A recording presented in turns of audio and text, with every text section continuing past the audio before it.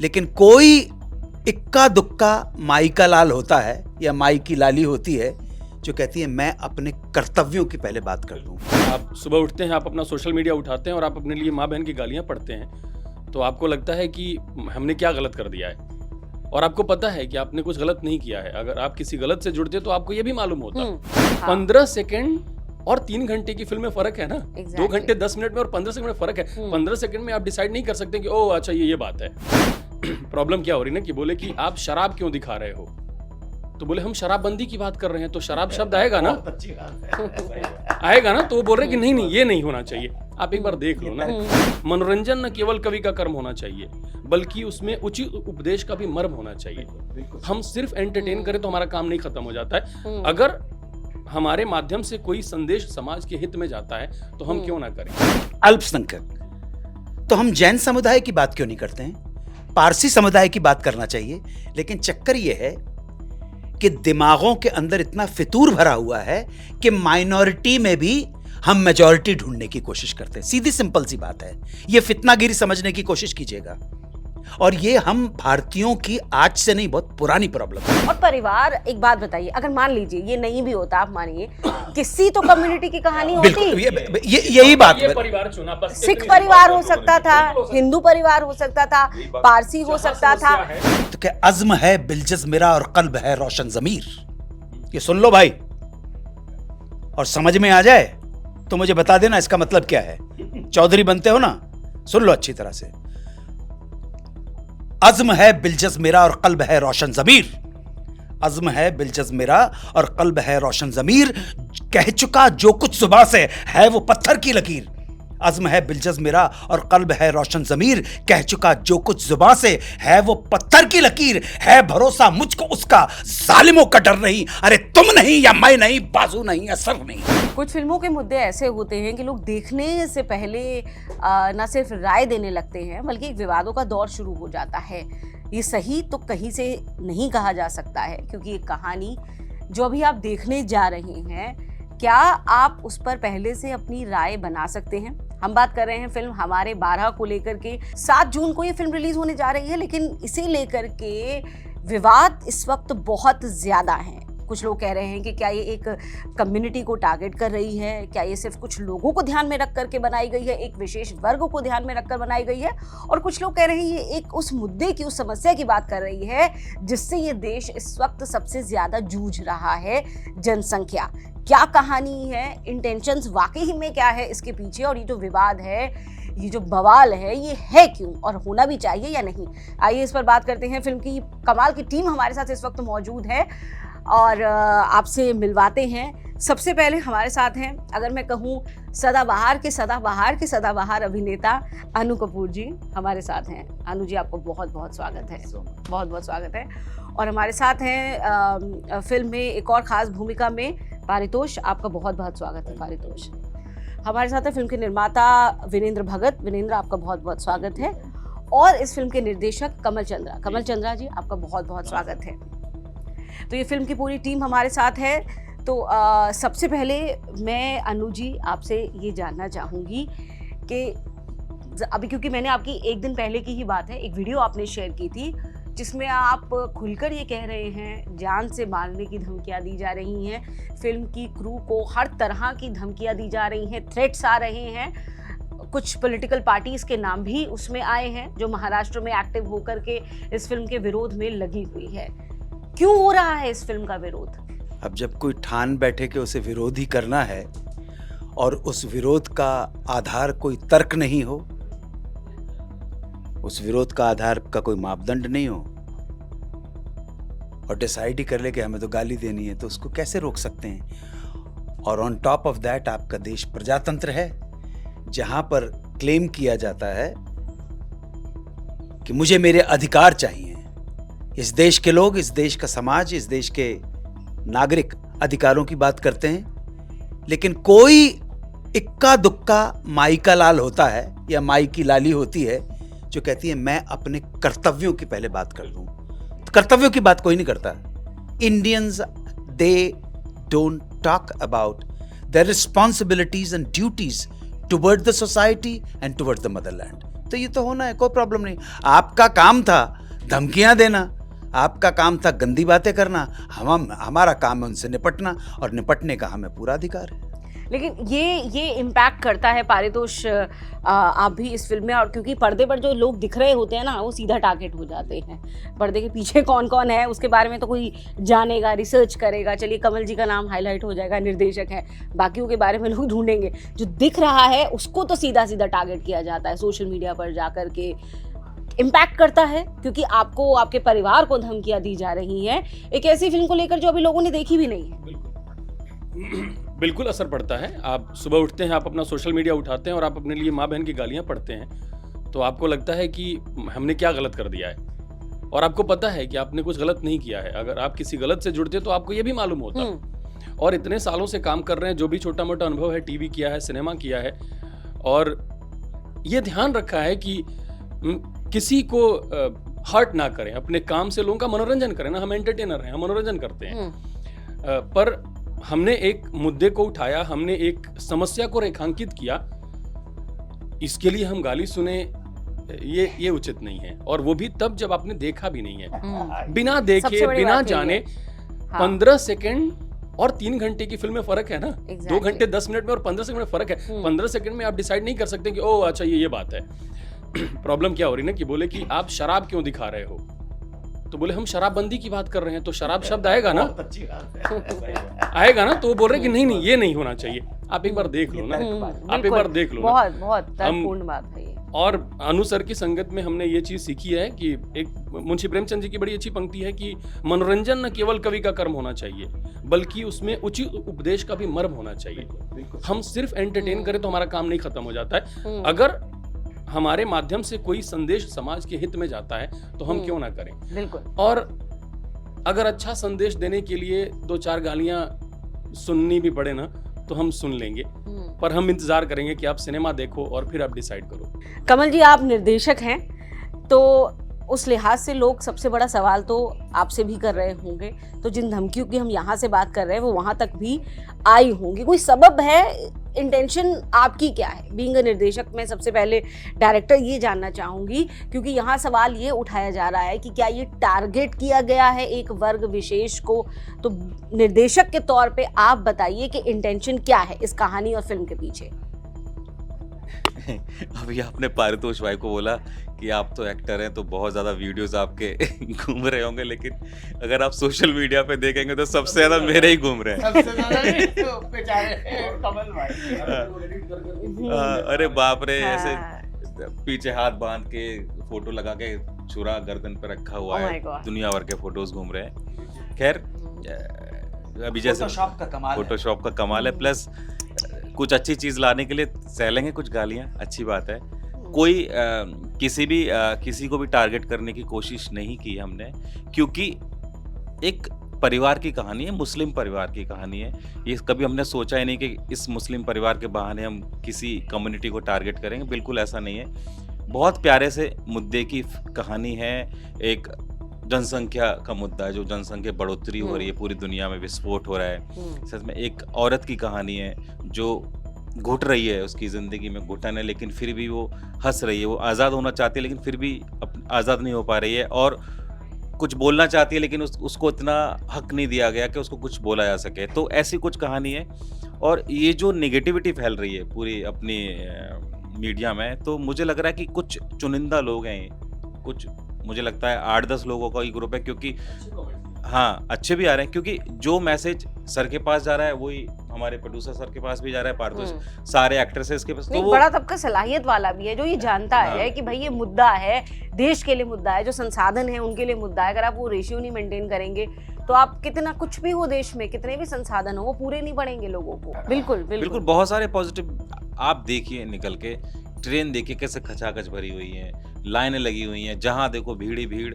तो और हम ये थोड़ी कह रहे हैं कि भाई कि एक पर्टिकुलर कम्युनिटी इस चीज के लिए जिम्मेदार है, हमने तो बिल्कुल बोला नहीं। जब हमने अपना पोस्टर लॉन्च किया था 22 में, तो हम चीन से पीछे थे पॉपुलेशन में। आज हम अपनी फिल्म रिलीज कर रहे हैं तो हमने चीन को पीछे छोड़ दिया है। तो ये सोचने वाली बात है, थोड़ा तो सोचना पड़ेगा। और रही बात नेगेटिविटी की, कमेंट्स की, तो करेंगे, सामना करेंगे। बस एक यही बात बोलूंगा मैं सबको कि जैसे कोई किताब का अगर कवर है उसको देख के डिसाइड ना करें, किताब पूरी पढ़ें। ऐसे ही हमारा टीजर देख के या ट्रेलर देख के डिसाइड ना करें, पूरी फिल्म देखें। उसके बाद आप भी सामने बैठ जाना, हम भी सामने बैठ जाना। आपको बुरा लगे तो आप बता देना, हमको बुरा लगा हम बता देंगे, क्लियर कर लेंगे। लेकिन ये जो धमकियाँ, हमारी एक्ट्रेसेस को जो थ्रेट्स मिल रहे हैं, रेप थ्रेट्स मिल रहे हैं, ये कौन सा इस्लाम है? ये भी तो इस्लाम नहीं है ना, ये भी तो बहुत अजीब तरीके की बात है। तो प्लीज़ इस चीज़ की नेगेटिविटी को हटा के एक अच्छा सिनेमा देखते हैं, ये मेरी सब आपसे दरख्वास्त है। बिल्कुल, आप सब्जेक्ट पे जाइए, बजाय कि वक्त से पहले रिएक्ट करने की, एक प्रीसेट नोशन बनाने की, एक पूर्वाग्रह से ग्रसित होकर के गंदगी फैलाने से अच्छा है कि एक सिनेमा देखा जाए, कहानी को समझा जाए और उसके बाद उस पर राय अपनी बनाई जाए। वीरेंद्र भगत हमारे साथ हैं, फिल्म के निर्माता हैं। वीरेंद्र जी, फिल्म अभी कांस में गई है और बहुत अच्छा रिस्पॉन्स उसको मिला है। क्या वजह है कि वहाँ पर जिन लोगों ने फिल्म देखी वो समझ रहे हैं, लेकिन यहाँ पर अपने देश में बिना देखे फिल्म पर रिएक्ट कर रहे हैं? देखिए, बहुत शुक्रिया पहले आज तक ग्रुप का कि उन्होंने हमारे को, अपनी टीम को बात रखने का मौका दिया। तो ये फिल्म जब कांस में इसकी स्क्रीनिंग हुई, कांस के साथ यूके में भी हुई और बहुत सारे मुद्दे हैं, मैं आपको बताता हूँ पूरा ब्रीफ करके। कांस में जब हम लोगों ने इसकी स्क्रीनिंग की, मतलब वहाँ पे लोगों को इतना अच्छा फिल्म मतलब पसंद आया, स्टैंडिंग ओवेशन मिला, वहाँ पे लोगों ने दिया, तालियां बजाई, क्योंकि उनको तो पता है ना मुद्दा क्या है। क्योंकि कांस की आबादी कितनी है, पॉपुलेशन कितना है, 70,000 के आसपास, 70,000 लोग रहते हैं। आज दिल्ली, बॉम्बे, आज देख अगर एक झुग्गी में आप चले जाइए तो 2-2 लाख लोगों की आपकी वहाँ पे पॉपुलेशन मिलेगी। कोविड ऐसे टाइम में कोविशील्ड के लिए लोग जाते थे महाराष्ट्र में, एक ऐसी झुग्गियाँ थी जहाँ 1-1 लाख लोग रहते थे। तो पॉपुलेशन एक कंटेंट फिल्म है और कंटेंट फिल्म बनाने के लिए आपको क्या है, हमारे यहाँ फिल्में आती है बहुत सारे, एक्शन फिल्म, मसाले वाले फिल्म, हर तरीके की फिल्म आती है। कंटेंट बेस्ड फिल्में बहुत कम आती है। तो इस तरह का मैसेज है पूरे विश्व के लिए, ना कि इंडिया के लिए, कि पॉपुलेशन अगर आपके 2 बच्चे हों तो आपको कितना बेनिफिट है। आप सोचिए कि अगर आपके घर में किसी एक, मैं कुछ पीछे पढ़ रहा था, मैं देख रहा था कि 97-8% लोग हैं जिनकी इनकम मतलब हमारे यहाँ इंडिया में 2 लाख रुपए से कम है। ठीक है, अब अगर किसी व्यक्ति के घर में 10 लोग हैं, आप उनकी कैलकुलेशन निकाल लीजिए, और अगर उनका इनकम मान लीजिए 50,000 रुपीज़ है या 1 लाख रुपीज़ है, तो क्या कैसे कैलकुलेट करेंगे? अगर आपके बच्चे 1 हों, 2 हैं, तो आप अच्छा एजुकेशन दे सकते हैं, हेल्थ दे सकते हैं, आप केयर टेक कर सकते हैं। और फिर माँ सिर्फ उसी के लिए तो थोड़ी बनी हुई है कि 10-10 बच्चे, 12-12 बच्चे करना। तो मेरा यही है कि अब आपकी माध्यम से बताना कि ये फिल्म आप 7 जून को जरूर देखें, उसके बाद अपना निर्णय बताएं। और कांस में लोगों को इसलिए अच्छा लगा फिल्म कि ये फिल्म बेसिकली एक महिला सशक्तिकरण की फिल्म थी, वुमेन पावर्स की फिल्म थी, वुमेन के बारे में दिखाया गया, प्रो वुमेन फिल्म थी। तो वुमेन्स के बारे में ये दर्शाती है फिल्म। और वुमेन्स को हम लोग अपने इंडिया में कोई माँ कहता है, कोई बहन कहता है, कोई हर तरीके का नाम है, देवी के रूप में भी पूछते हैं। लेकिन जब कोई अच्छी बातें आती है, कुछ आती है, तो वही लोग आकर हमें फिर कहने लगते हैं कि नहीं ये है। और बहुत सारा चीज़ें आपको 7 जून को पता चलेगा कि फिल्म देखने के बाद जो लोग आज धमकियाँ दे रहे हैं हमारे डायरेक्टर को, हमारी टीम को, वही कहेंगे फिल्म देखने के बाद कि ये फिल्म एक कंटेंट बेस्ड फिल्म है और ऐसी फिल्में आनी चाहिए। बिल्कुल। अनु जी, क्या वजह है कि जनसंख्या नियंत्रण कानून की बात आती है तब सिर्फ कुछ लोगों को इसके चलते आपत्ति होती है, उन्हें लगता है कि क्या ये टारगेट किया जा रहा है? ऐसी फिल्में आती हैं, ऐसी कहानियाँ आती हैं, तब लगता है कि उन्हें टारगेट किया जा रहा है, जबकि बात तो पूरे देश की है, कानून तो पूरे देश का है। मुझे कृपया सिर्फ ये बता दीजिए किन्हें टारगेट किया जा रहा है? आपसे सुनना चाहता हूँ, वो वर्ड सुनना चाहता हूँ, माइनॉरिटी का। माइनॉरिटी, जी ना, बिल्कुल सही बोल रहे हैं। भारतवर्ष में मुसलमान कब से माइनॉरिटी में हो गए?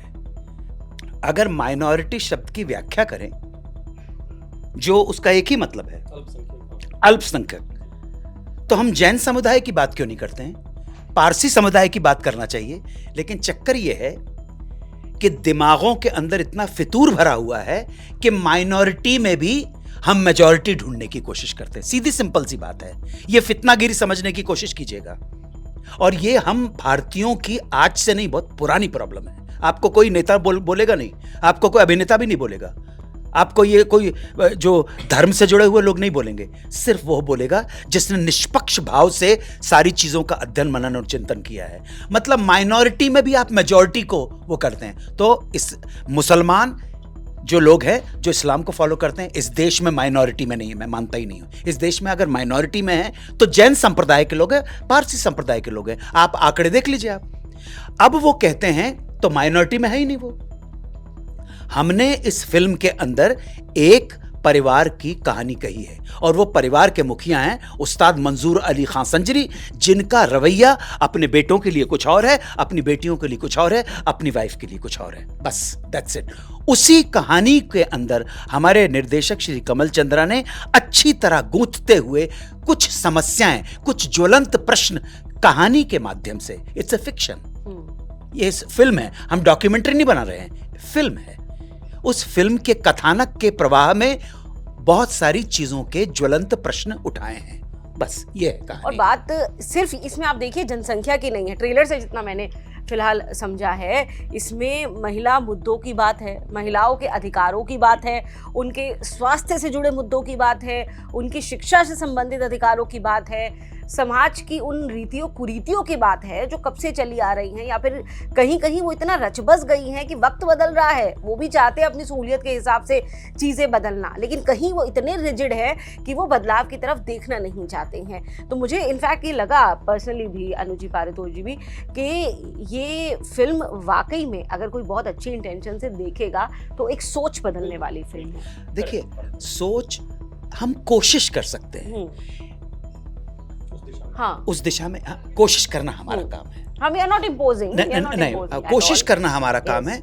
और दुनिया का कोई बड़ा से बड़ा फिल्म मेकर, बड़ा से बड़ा producer, you name, whether it's David Lean or whether Steven Spielberg or anybody, और सत्यजीत रे और बिमल रॉय, अगर ये सोचे कि फिल्मों के माध्यम से आप क्रांति ले आए तो आपसे बड़ा नौसखिया और नादान कोई नहीं हो सकता।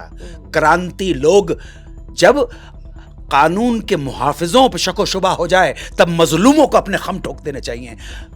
जो क्रांति आती है जनमानस लेके आता है। 1779 में जिस क्रांति को पूरे विश्व की क्रांति की माता कहा जाता है, फ्रेंच रेवोल्यूशन को, वो आम आदमी लेके आया है। और आम आदमी के अंदर से कोई नेता निकल आता है। भारत में देख लीजिए ना, आप 1857 की बात कीजिए, आप आजादी के आंदोलन की बात कीजिए, आप किसी भी आंदोलन की बात कीजिए, लेकिन कलाकार कोशिश करता है, कलाकार अपना चित्त, कमल ने अब जो भी उनका दृष्टिकोण है, उस दृष्टिकोण को पूरी मेहनत, श्रद्धा, समर्पण के साथ कहने की कोशिश की है।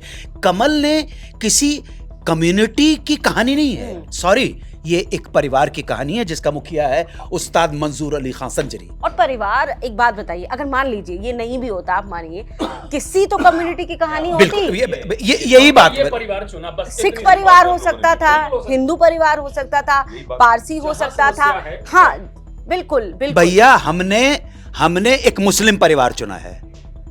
और जो मेकर्स कभी कभी हिंदू परिवार की कहानी कह देते हैं, और हिंदू परिवार की कहानी कहने के अंदर बहुत सारी चीजों के ऊपर इस तरह की उंगलियां उठाने वाले काम करते, उनके ऊपर भी कभी कभी इस तरह का विरोध करो। उनको तो नहीं भेजा तुमने, दैट थ्रेट भेजा है किसको?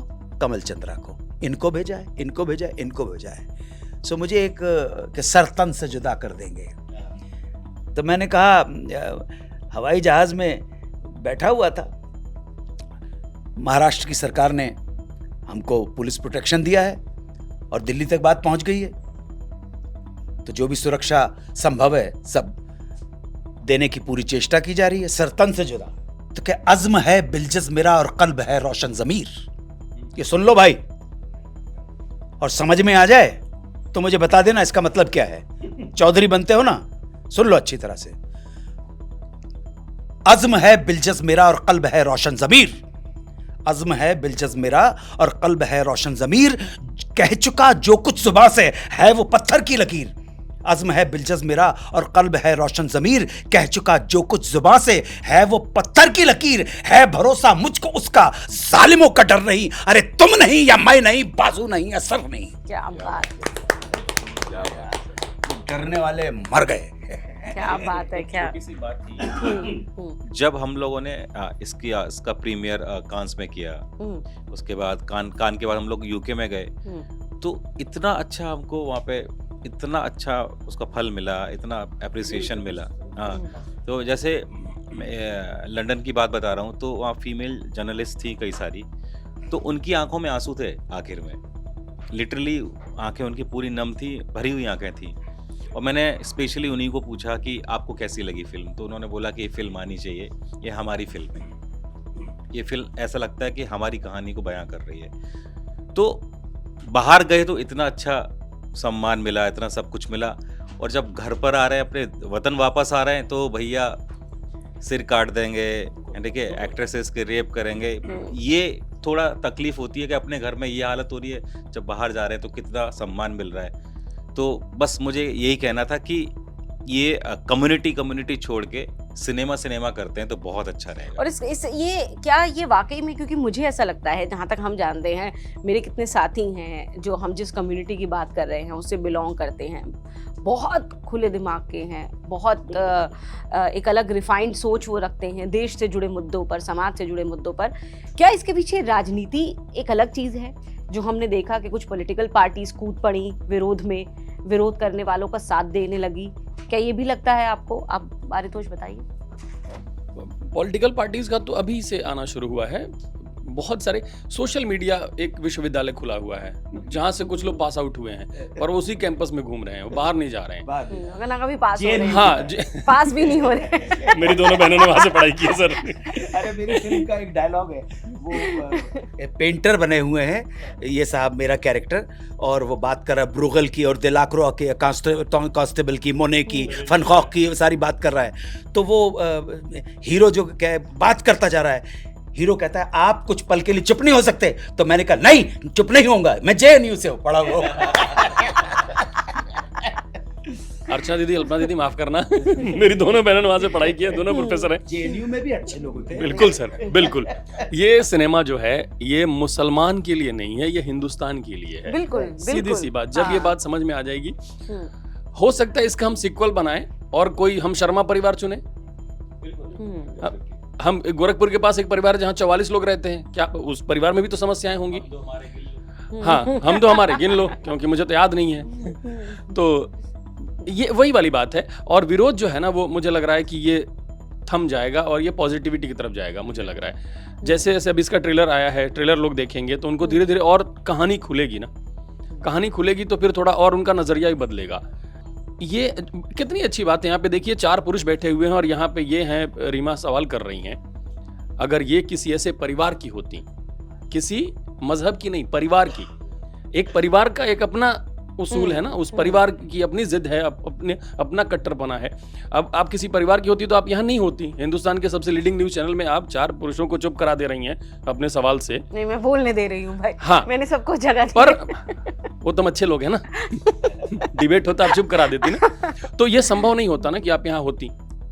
तो उसी तरह ये महिला की उस आवाज को बाहर निकालने की कोशिश का नाम है हमारे 12, जो किसी रसोई घर में चूल्हा फूंकते फूंकते आवाज भी फूंक जाती है। क्या बात। या किसी बेडरूम के, किसी एक कमरे के बेडरूम में वो चद्दर के समान बिछा दी जाती है, उनको खाद्य पदार्थ की तरह इस्तेमाल किया जाता है। उस आवाज को बाहर लाने की कोशिश है ये, उस आवाज को बाहर लाना है, ये जरूरी है। महिला उत्थान की बात है, महिला के अधिकार की बात है। सिर्फ आधी आबादी बोल रहे हैं। ये बदलाव खाली पेपर पे नहीं होना चाहिए, बदलाव समाज में होना चाहिए और हर घर से होना चाहिए। इस घर से भी हुआ है। आप सिनेमा देखेंगे, अब पूरी कहानी बता दें क्या हम लोग लाइव आके किसी दिन। सर, हमारे जो क्रिएटिव डायलॉग राइटर हैं जनाब सूफी खान साहब, वो आलिम फाजिल हैं अरबी में और उर्दू में, और 2 साल पहले उनके जो वालिद थे शफीक बावरा साहब, वो अल्लाह को प्यारे हो गए। लेकिन शफीक बावरा ने अपनी बीवी को, इत्तेफाक से सूफी की मदर मेरे सामने पैदा हुई हैं, सूफी की नानी जो थी वो मेरी हीरोइन रह चुकी हैं फोक थिएटर के अंदर, सूफी की नानी। और सूफी, हाँ भाई मैं इतना पुराना पीस हूँ।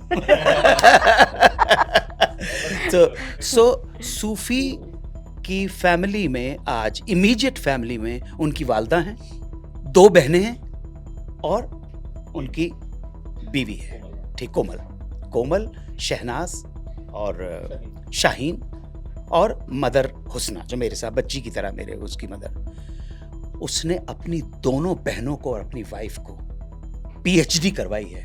दोनों बहनें माशाअल्लाह डॉक्टरेट लेने वाली हैं। उसने कहा मैं मतलब कुछ भी काम कर लूंगा, फिटर बन जाऊंगा, प्लम्बर बन जाऊंगा, कुछ भी बन जाऊंगा, राइटर बन जाऊंगा, एक्टर कर लूंगा, लेकिन मैं तुम दोनों को पढ़ते हुए देखना चाहता हूं। क्योंकि उसके वालिद ने, शफीक भाई बहुत अच्छे थे, उन्होंने कहा बेटा सबकी तालीम करो, जो कुरान खानी, तलावत कुरान वो जो करता है, बड़े बड़े आपके लोग नहीं कर पाएंगे वो बच्चा।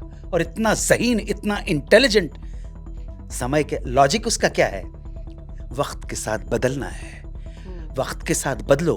तस्वीर तो इस तरह से जायज़ नहीं है, फॉरबिडन है, लेकिन हज करने के लिए, उम्रा करने के लिए, जियारत करने के लिए जब जाना होता है, पासपोर्ट पे तस्वीर लगानी पड़ती है ना, और बताना पड़ता है कि तुम हिंदुस्तान के नागरिक हो। तो ये वक्त के साथ अच्छे के लिए बिल्कुल। और बदलाव जब सबके अपील बस करना चाहता हूँ जी कि 7 जून को ये फिल्म आ रही है, बस मैं ये कहना चाहूंगा कि इसको धार्मिक रंग ना दे, और मतलब इसको धार्मिक रंग के रूप में ना देखें और ना ही इसको मजहबी रंग दे। बस कहना यही है कि फिल्म को आकर देखे, उसके देखने के बाद आप निर्णय लें कि फिल्म कैसी है, क्योंकि टीजर देखकर एक मेकर्स की बहुत मेहनत होती है। सर के साथ हम लोग भी प्राउड करते हैं कि आपने जैसे बताया कि हम लोग अभी कांस में भी थे, तो सर की नॉलेज इतनी है कि कितनी बार मैं जोकिंग भी करता हूं कि गूगल भी आके पूछता है कि सर मैं जाऊं। इसमें कोई शक नहीं है, कोई शक नहीं है इस वक्त। मतलब हमारे जो निर्देशक महोदय हैं,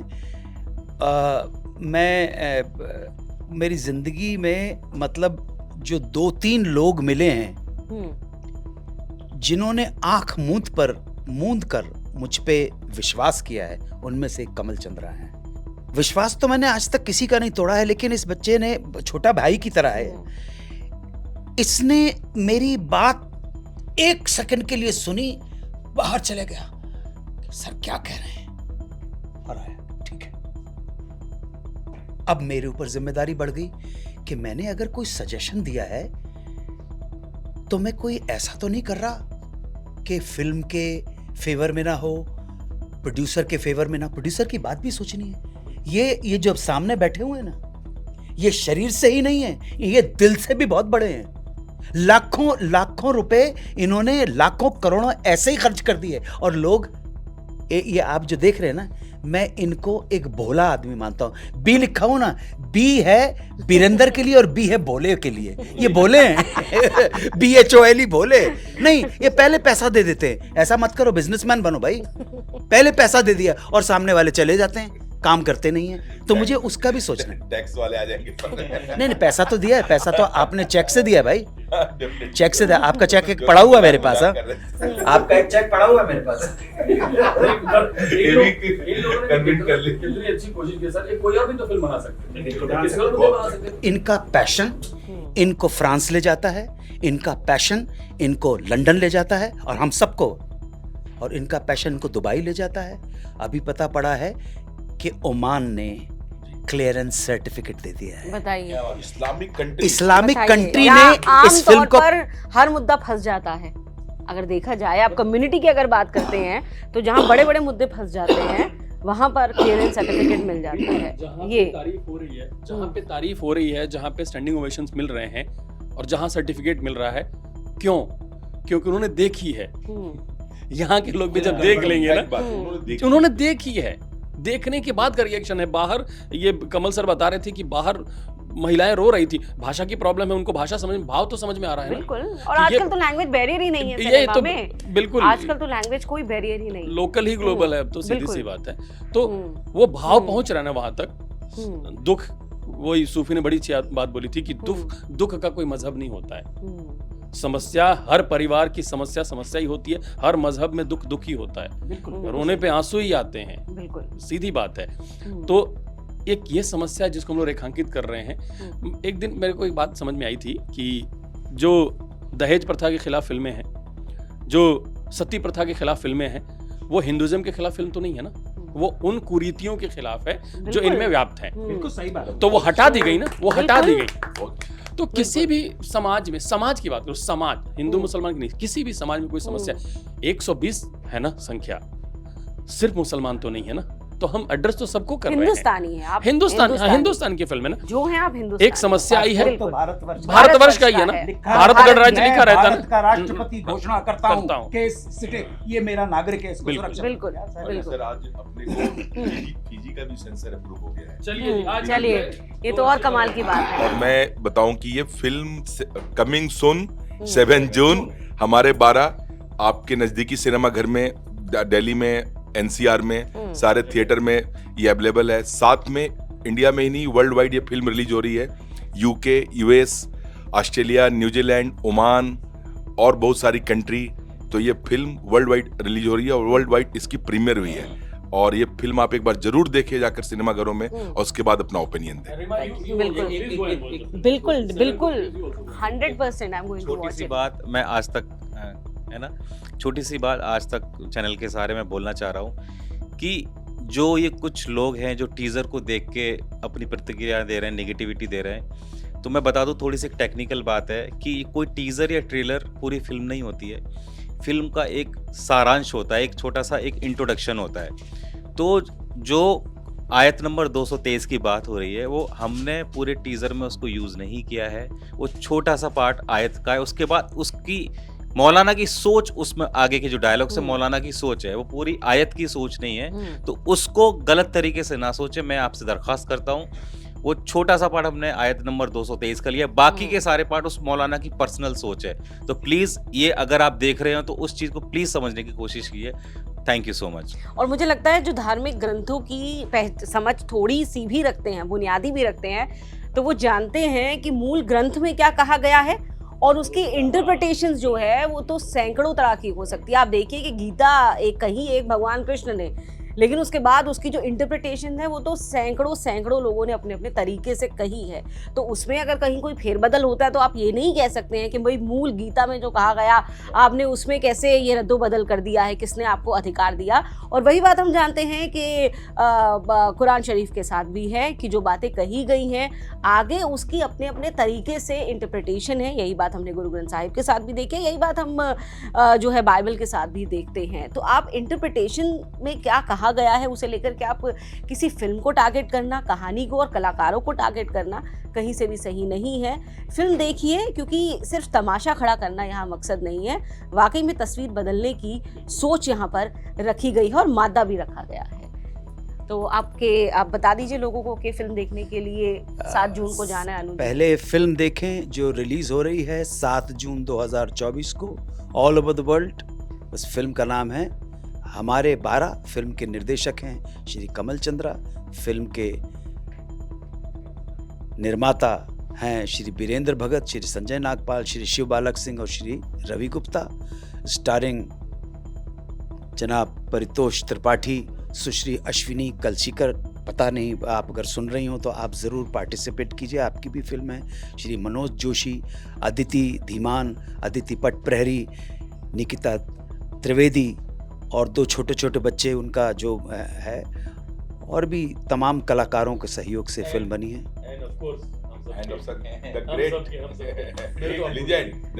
कमिंग सून 7 जून हमारे 12।